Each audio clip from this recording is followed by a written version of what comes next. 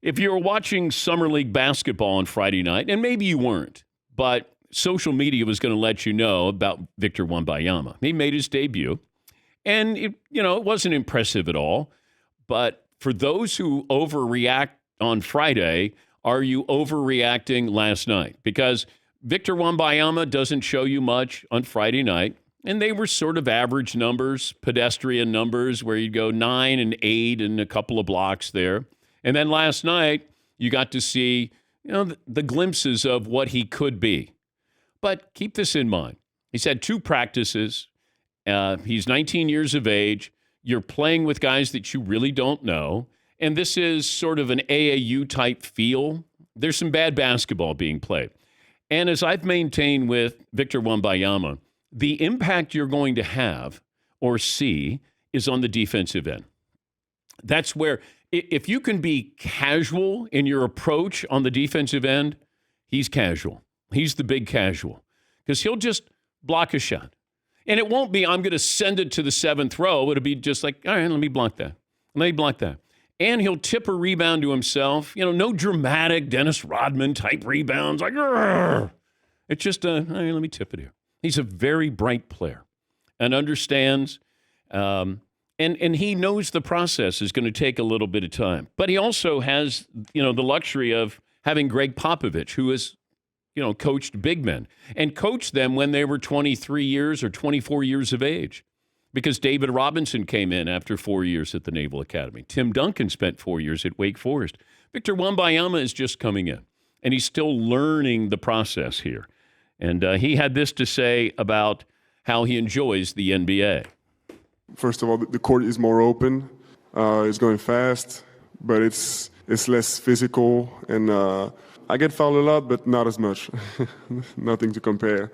And players are just flying, Out there it's more underground, pushing underground, big box outs. Here it's great athletes, the best in the world, way more talent.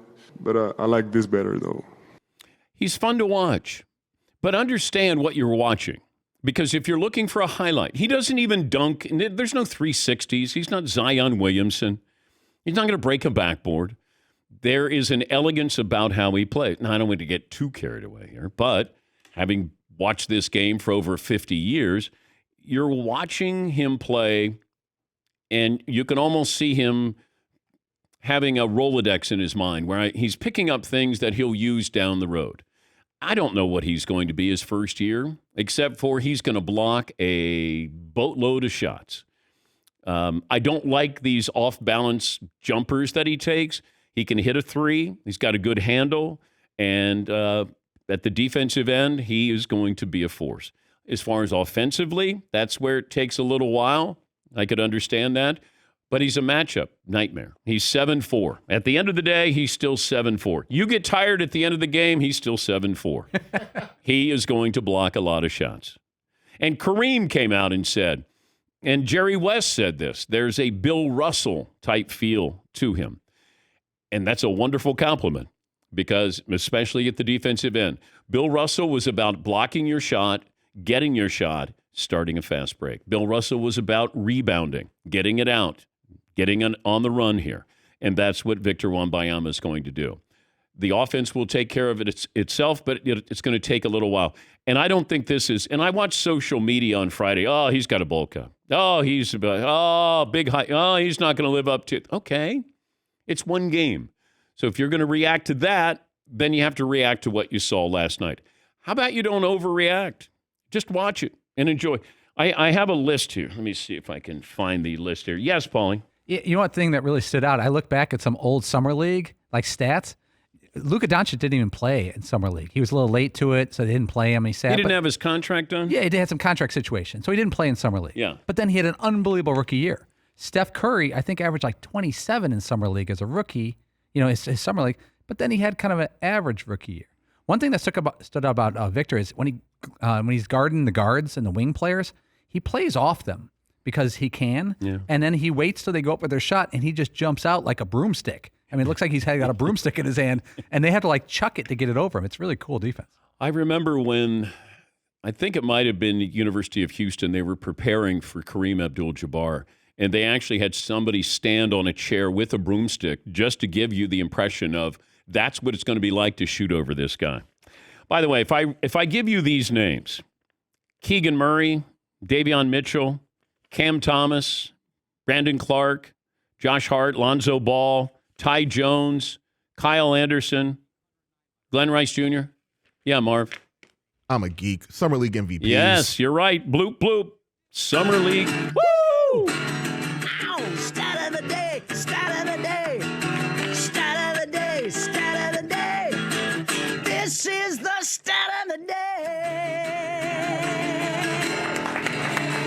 So it's not necessarily an indicator of success. Now, these are good players, but we're looking at Victor Wembanyama, and he's supposed to be the next LeBron, his impact. Not that style of player, but he is supposed to have that big of an impact. There's an expectation level that we take in, whether it's biased or not. I just watch. I just want to see, what do you do well? What's your footwork like? First thing I notice with a big man, what's your footwork like? How are you at passing? Those are the two things that I notice. Then I want to know your touch. I want to know if you can make free throws. So I sort of look at it differently than probably most people. You're looking for highlights. You're not going to get highlights. You're just not. It's just not who he is. And I think as he builds, as he grows physically, mentally, and then having Popovich just signed a 5-year contract. I was like, if they didn't get Victor Wembanyama, would Greg Popovich have signed that 5-year contract extension? 5 years, $80 million. And from what I'm told, he gets paid whether he coaches the 5 years or not. But he's going to be there with Victor Wembanyama. And I wonder if they had gotten the second pick in the draft and it was Scoot Henderson, would Pop be signing a 5-year contract extension? Probably not. Probably not. But all of a sudden you got Victor Wembanyama. Can you imagine being an assistant coach going, oh, God, if we get Victor Wembanyama, I'm not going to be able to coach. Or you go, oh, man, if we get Victor, Pop steps down. Hello. Now all of a sudden I'm the next Greg Popovich. You get that word that you're like, wait, he's 5 years? Yeah, I figured I'd stick around for 5 years, see how the kid develops here. Yeah, Paulie. He'll be 80 at the end of this contract. He turns 75 this season. Okay, here's one for you. Let's say you're Bill Belichick. Pete Carroll, maybe. Those guys are in their early 70s. If you get Caleb Williams, let's say Bill Belichick gets Caleb Williams, how long is that going to extend him coaching the Patriots? I'm trying to think if anybody else would be in there.